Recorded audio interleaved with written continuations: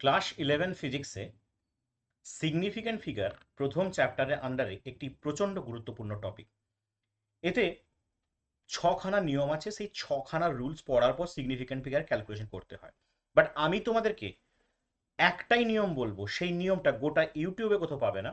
সেই নিয়মে তোমরা সিগনিফিক্যান্ট ফিগার ক্যালকুলেশন করবে মাত্র 5 সেকেন্ডের মধ্যে, চুটকি বাজাতে হয়ে। তো ডেফিনেটলি সেই জন্যই বলছি এই ভিডিওটা এত সুপার ইজি ট্রিক কোথাও পাবে না। ক্লাস 11 ফিজিক্সের সিগনিফিক্যান্ট ফিগার শুধু ক্লাস 11 নয়, জয়েন্ট নিট দুটোর ক্ষেত্রে কিন্তু অত্যন্ত গুরুত্বপূর্ণ এবং পরীক্ষায় প্রচুরবার প্রশ্ন এসছে। আর ক্লাস 11-এর ডেফিনেটলি ফার্স্ট সেমিস্টারে এখান থেকে প্রশ্ন 100%। চলো শুরু করছি আজকের টপিক সিগনিফিক্যান্ট ফিগার দিয়ে। সিগনিফিক্যান্ট ফিগার কি? তো দেখো, সিগনিফিক্যান্ট ফিগার মানে যে কোনো একটা সংখ্যাকে রিপ্রেজেন্ট করা এবং সেই সংখ্যাটার এক্স্যাক্ট ভ্যালু কি সেটা জানা। তো সিগনিফিক্যান্ট ফিগার ক্লাস 11-এর ফার্স্ট চ্যাপ্টারে আমরা আজকে প্রথম যে টপিকটা শিখব সিগনিফিক্যান্ট ফিগার সম্পর্কে, যে নন জিরো, ভালো করে শুনবে, একবার শুনলে সমস্ত জিনিস আয়ত্তে। নন জিরো ডিজিট কাকে বলে? নন জিরো ডিজিট মানে জিরো নয় এমন ডিজিট। যেমন 1 2 3 এই করতে করতে 9 পর্যন্ত সমস্ত সংখ্যাই হচ্ছে নন জিরো ডিজিট। আর জিরো ডিজিট মানে হচ্ছে যেটি শূন্য। এটা তো আমরা সবাই জানি।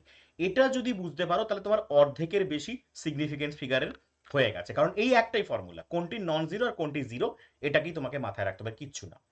চলো এবার আমি ভালো করে তোমাকে বোঝাচ্ছি কিভাবে তোমাকে সিগনিফিকেন্ট ফিগার ক্যালকুলেশন করতে হবে, তার ফর্মুলা কি। প্রথমে আমরা আসবো নন ডেসিমেল নাম্বার দিয়ে। কোনো সূত্র আমরা শিখবো না, কিন্তু শুধু ট্রিকের সাহায্যে। নন ডেসিমেল নাম্বার মানে যেখানে দশমিক আসবে না। যেমন ধরো বললো 10352, এর সিগনিফিকেন্ট ফিগার ক্যালকুলেশন করতে হবে। সিগনিফিকেন্ট ফিগার ভালো করে শুনবে। আমরা কি করব, এর যে নিয়ম, ফার্স্ট নন জিরো থেকে লাস্ট নন জিরো নাম্বার মনে রাখবে। আমি এখানে লিখে দিচ্ছি, first non zero to last non zero number, মানে যেটি জিরো নয়, প্রথমে যেটি জিরো নয় সেটাকে, না স্টার্টিং হচ্ছে 1 থেকে, তাহলে এটা জিরো নয় মানে ওটা শুরু হবে। এবং লাস্ট নন জিরো নাম্বারকে, লাস্ট নাম্বারটা কি 2, তাহলে লাস্ট নন জিরো নাম্বার এটা, তাহলে গুনে ফেলো 1 2 3 4 5, সিগনিফিকেন্ট ফিগার কত? 5 হলো। কিছুটা আইডিয়া এলো। এবার দেখো, যদি এরকম থাকতো 0501002, এর সিগনিফিকেন্ট ফিগার কত? না প্রথম নন জিরো ডিজিট খোঁজো।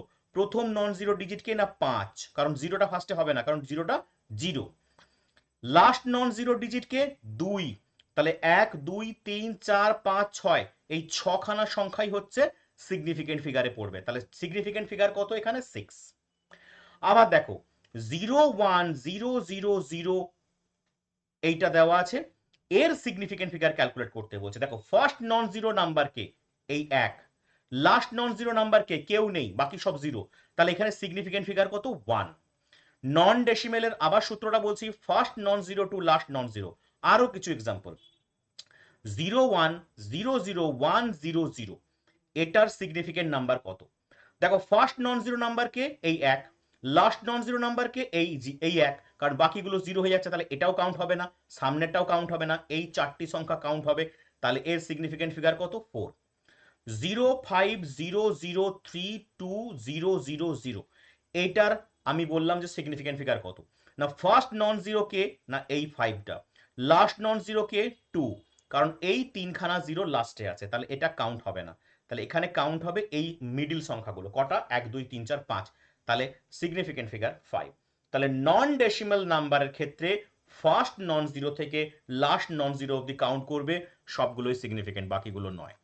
এবার আসছি ডেসিমেল নাম্বারের ক্ষেত্রে কি হবে, ভালো করে দেখো। ডেসিমেল নাম্বার, ডেসিমেল নাম্বার মানে দশমিক যেখানে থাকবে। যেমন ধরো বললো 2.00, এর সিগনিফিকেন্ট ফিগার কত? এর ফর্মুলা কি বা এর সূত্র কি? না ফার্স্ট নন জিরো থেকে স্টার্ট হবে এবং শেষ অবধি গুনে যাবে। ফার্স্ট নন জিরো থেকে স্টার্টিং বলা আছে, এন্ডিং বলা নেই, যতগুলো থাকবে। ফার্স্ট নন জিরো কে? 2, তাহলে দশমিকের পর কি গুনবো? অবশ্যই গুনবো, কারণ শেষ অবধি গুনতে হবে। তাহলে 1 2 3, তাহলে সিগনিফিকেন্ট ফিগার কত? 3। আবার যদি বলা থাকলো 2.3032, এটা দেওয়া আছে, সিগনিফিকেন্ট ফার্স্ট কোথায়? এখানে, তাহলে এখানে 4, এখানে 1, তাহলে 5। আবার বললো 02.300, এর সিগনিফিকেন্ট ফিগার কত? ফার্স্ট নন জিরো নাম্বার, এটা কি জিরো নন জিরো? না, এটা হবে না। First non zero number start হচ্ছে এখান থেকে, তাহলে এখান থেকে শুরু করে বাকিগুলো সব গুনবো, 1 2 3 4, তাহলে এখানে কত হচ্ছে 4। আবার দেখো 100.001, তাহলে এর সিগনিফিক্যান্ট ফিগার কত, না আমি ফার্স্ট নন জিরো থেকে কাউন্টিং শুরু করবো লাস্ট অব্দি, তাহলে এখানে 3 এখানে 3 6টা, তাহলে এর সিগনিফিক্যান্ট ফিগার কত 6। আবার বললাম 5021.004, এর সিগনিফিক্যান্ট কত, না ফার্স্ট নন জিরো, এটা স্টার্টিং করে আমি গুনে যাব 4 3 7, তাহলে সিগনিফিক্যান্ট ফিগার কত 7। তাহলে ডেসিমেলের ক্ষেত্রে রুলস হচ্ছে ফার্স্ট নন জিরো থেকে কাউন্ট শুরু হবে, শেষ পর্যন্ত গুনতে হবে, ফার্স্ট নন জিরো থেকে কাউন্ট শুরু হবে। তাহলে নন ডেসিমেল এবং ডেসিমেলের নিয়ম বলে দিয়েছি। এবার তোমাকে কিছু মনে রাখতে হবে স্পেশাল কেস, যেগুলো জেই এবং নিটে আসে। দেখো এক্ষেত্রে যে প্রবলেমটা আমরা দেখতে পাবো যে অ্যাডিশন এবং সাবট্রাকশনের রুলস কি। ধরো এরকম একটা ডেটা তোমাকে দেওয়া আছে, যোগ করতে বলা আছে, অ্যাডিশন করতে। তো এটা আমরা অ্যাডিশন করলে পাবো কি, না এটা আমরা অ্যাডিশন করলে পাবো এরকম একটা, অ্যাডিশন করলে পাবে 663.819, সাপোজ এরকম ধরনের একটা অ্যাডিশন আসছে, আমি রাফলি বললাম, মেবি এটা 821 হবে, তো ডেফিনেটলি 821। তো এই যে অ্যাডিশনটা আমি করেছি, এখানে ভালো করে বোঝো, এখানে অ্যাডিশনের ক্ষেত্রে দেওয়া আছে যেগুলো, তার মধ্যে সব থেকে মিনিমাম ডেসিমেল কার খুঁজতে হবে, minimum decimal number. Minimum decimal number দেখো, এটা দশমিকের পর দুটো ডিজিট আছে, এটা দশমিকের পর একটা ডিজিট আছে, এটা দশমিকের পর তিনটে ডিজিট আছে, তাহলে মিনিমাম ডেসিমেল হচ্ছে এইটা।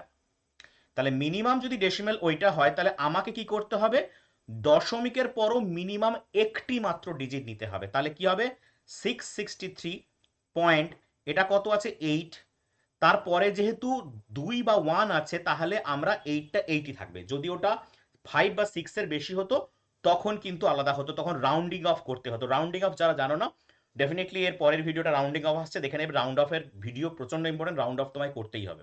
তাহলে অ্যান্সারটা কি লিখে আসবে 663.8, কারণ এটার বাইরে কিছু লিখবে না, বাকি দুটো কাউন্ট হলো না। কেন হলো না, যেহেতু মিনিমাম আমরা একটাই দশমিক পেয়েছিলাম, এখানে দশমিকের পর একটি সংখ্যা ছিল, তাই মিনিমামটা নিতে হবে, ম্যাক্সিমাম নয়।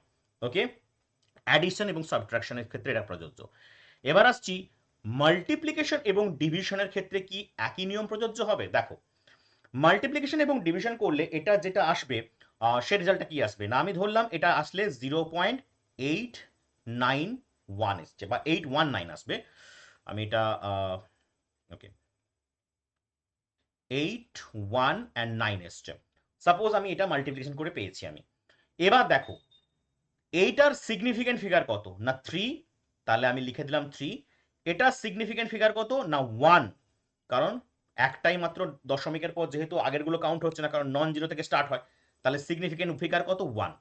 তাহলে আমাকে কি করতে হবে, এই ডেসিমেল বা দশমিকের পর কটা সংখ্যা বা কটা ডিজিট নেব, অনলি 1 ডিজিট, কারণ মাল্টিপ্লিকেশন এবং ডিভিশনের ক্ষেত্রে মিনিমাম সিগনিফিকেন্ট ফিগার যতগুলো সেটাই নিতে হবে। তাহলে এটা কি দাঁড়াবে 0.8, কারণ এরপরে 1 আছে মানে এটা বাড়বে না রাউন্ড অফ করলে, তাহলে 0.8 মাল্টিপ্লিকেশন এবং ডিভিশনের ক্ষেত্রে মনে রাখবে যে এটা যাদের সঙ্গে মাল্টিপ্লাই আমি করছি সে সিগনিফিকেন্ট ফিগার কত, 3 সিগনিফিকেন্ট ফিগার, এটার কত না একটা, তাহলে মিনিমাম একটি মাত্র সিগনিফিকেন্ট ফিগার দ্বারা প্রকাশ করতে হবে, এর সিগনিফিকেন্ট ফিগার কত একটা, তাই এটার সঙ্গে এটা ম্যাচ করলো। যদি আমি এখানে 0.81 লিখতাম, সিগনিফিকেন্ট ফিগার কত হতো 2, সেটা হবে না, কারণ মিনিমাম সিগনিফিকেন্ট ফিগারে আমাকে রিপ্রেজেন্ট করতে হবে মাল্টিপ্লিকেশন এবং ডিভিশন রুলের ক্ষেত্রে। মনে রাখবে এটা শুধুমাত্র ক্লাস 11 এর বোর্ডস নয়, বোর্ডসে এখান থেকে তোমাদের যে 35 নম্বরের এমসিকিউ পরীক্ষা আসছে তাতে 110% গ্যারান্টি এখান থেকে প্রশ্ন পড়বে, বাট মনে রাখবে যেই এবং নিটের জন্য অপরিহার্য। যেইতে তো রাউন্ডিং অফ প্রচন্ড ইম্পর্টেন্ট, আর নিটেতেও প্রচন্ড ইম্পর্টেন্ট, প্রশ্ন এখান থেকে পড়ছেই পড়ছে। আর যারা রাউন্ড অফ জানো না, এর পরের ভিডিও রাউন্ড অফ। লাইক এবং সাবস্ক্রাইব করতে ভুলে গেলে কিন্তু পরের ভিডিও আসবে না নোটিফিকেশন, তাই লাইক এবং সাবস্ক্রাইব করে বন্ধুদেরকে শেয়ার করো। দেখা হচ্ছে পরের ভিডিওতে, বাই।